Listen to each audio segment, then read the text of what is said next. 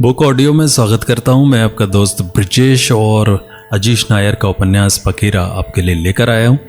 पिछले अंक में हमने जाना कि कुसुम की शादी कहीं और तय हो गई थी। शिवन बड़ा परेशान था और आज एक बहुत बड़े ज्योतिष के पास शिवन आया था और बाबा जी पूछ रहे थे कुसुम के बारे में।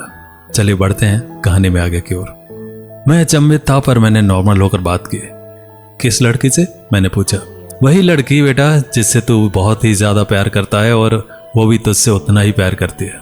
परिवार वाले खिलाफ है ना, यही दिक्कत है ना बेटा। अब मैं स्तब्ध था, मैं क्या बोलूं कुछ समझ नहीं आ रहा था। ऐसा कैसे हो सकता है? एक इंसान इतना सही कैसे बोल सकता है? हाँ बाबा जी, मैं उससे शादी करना चाहता हूँ, मैं कुछ देर बाद बोला। मेरी बात सुनकर बाबा जी मुस्कुराने लगे। अब ये नहीं समझ आ रहा था कि बाबा जी मुस्कुरा क्यों रहे। क्या हुआ बाबा जी? काजल ने पूछा। बेटा शिवन, जिंदगी में कभी कभी संघर्ष जहर से कम नहीं होते हैं, पर इस प्रदीप महाराज का वादा है कि तू सफलता की ऊंचाई तक पहुंचेगा और अंत में जीवन को सार्थक भी करेगा, दूसरों के लिए जिएगा, बाबा जी ने कहा। पर कुसुम से मेरी शादी? मैंने जिज्ञासा से पूछा।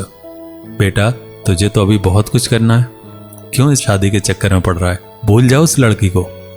अब मुझे गुस्सा आ रहा था। ये कैसे हो सकता कि मैं कुसुम को भूल जाऊं? असंभव है ये। भूल जाऊं? ये कैसे हो सकता है? मैं उससे बहुत प्यार करता हूं और वो भी। हम दोनों एक दूसरे के बगैर कैसे रहेंगे? मैंने जल्दी से एक वाक्य कहा। पता है मुझे तुम दोनों के पवित्र प्रेम के बारे में, पर बेटा प्रेम की परिणति विवाह में हो ये तो जरूरी नहीं। प्रेम में तो प्रेम करना होता है, पाना खोना तो होता ही नहीं, बाबा जी ने कहा। बात तो बाबा जी ने सही कही कि प्रेम में पाना खोना नहीं होता, केवल प्रेम करना होता है। पर मैं उससे विवाह करना चाहता हूं, मैंने जोर से कहा। बाबा जी अब शांत थे और काजल में। बोलिए कुछ, मैंने कहा। शादी संभव नहीं है, बाबा जी ने सीधे तरीके से कहा। क्यों बाबा जी, क्या बात है? काजल ने पूछा।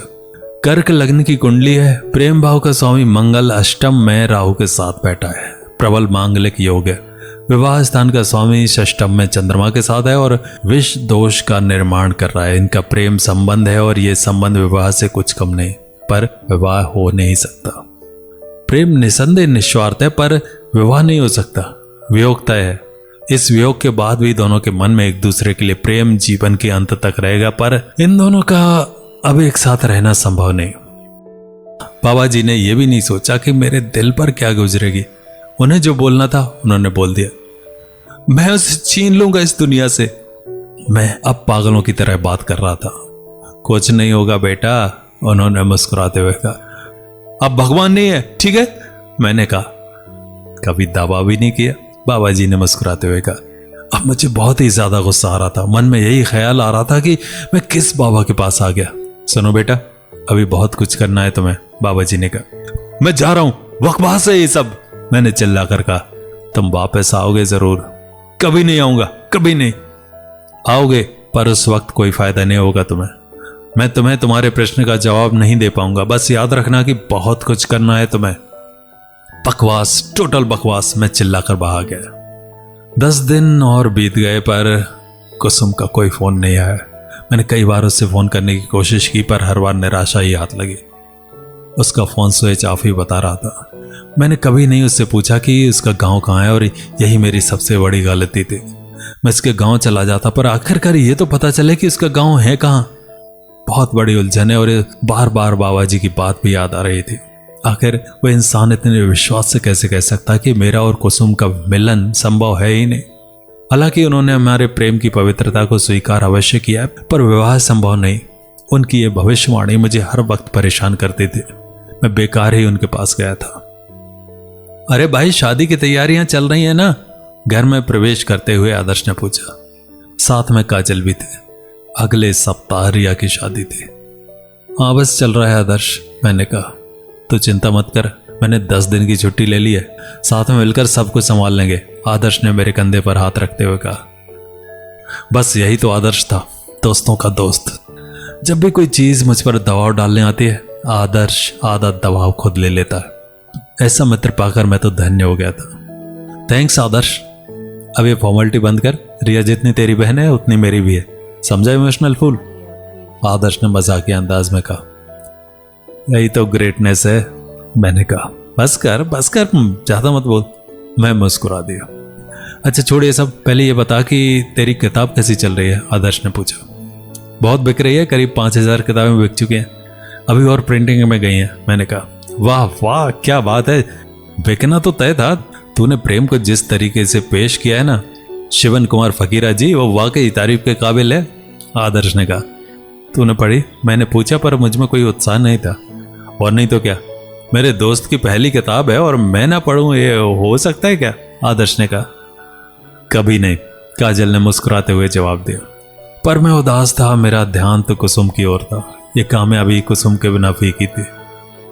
मैं यही चाहता था कि मेरी हर कामयाबी में वो मेरे साथ खड़ी रहे, उसका हाथ मेरे हाथ में हो और उसकी मांग मेरे नाम के सिंदूर से सजी हो। क्या हुआ शिवन, इतना उदास क्यों है? आदर्श ने पूछा। नहीं तो, उदास तो एकदम नहीं हूं। रिया की शादी है और मैं उदास कैसे रह सकता हूं?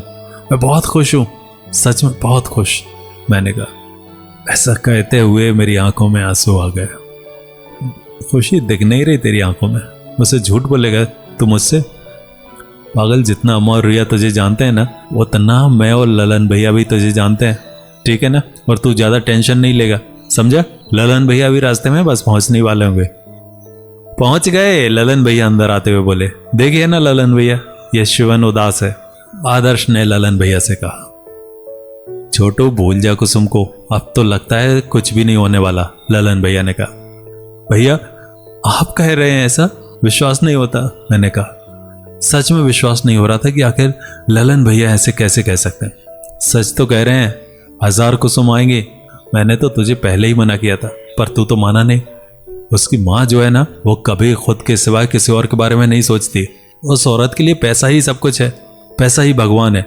इमोशन को तो पान की तरह चबाकर थूक देती है कुसुम की अम्मा। निर्दयी माँ है, पता नहीं ईश्वर ऐसे इंसानों को बनाता ही क्यों है। वो कुसुम की शादी जरूर किसी अमीर घर में ही करवाएगी, ये तो तय है।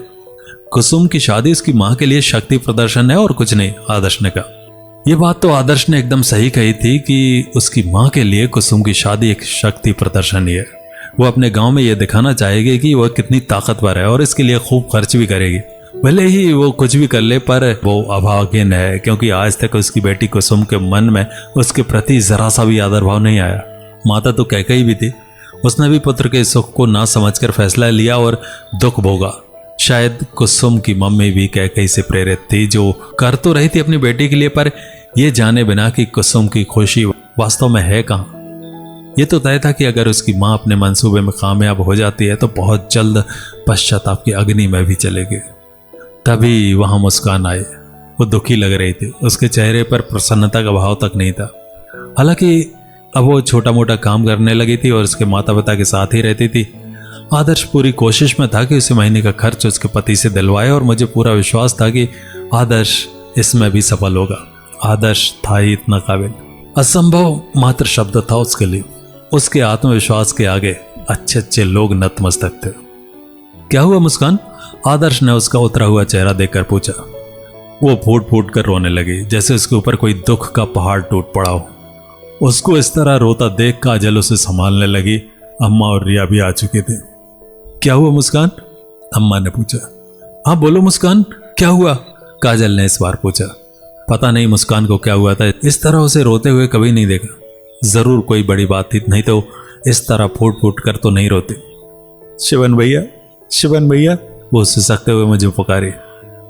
हाँ मुस्कान बोलो, क्या दिक्कत है? हम सब है ना, डरो मत, मैंने हौसला देते हुए कहा।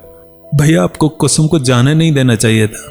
पता नहीं अचानक मुस्कान ये बात क्यों बोल रही थी। ये बात तो ठीक थी कि मुझे कुसुम को नहीं जाने देना चाहिए था, यही मेरी सबसे बड़ी गलती थी। पर हुआ क्या? आदर्श ने जोर देकर पूछा। तो आखिर हुआ क्या था जो मुस्कान इस तरह रोए जा रही थी? जानेंगे अगले अंक में। नमस्कार।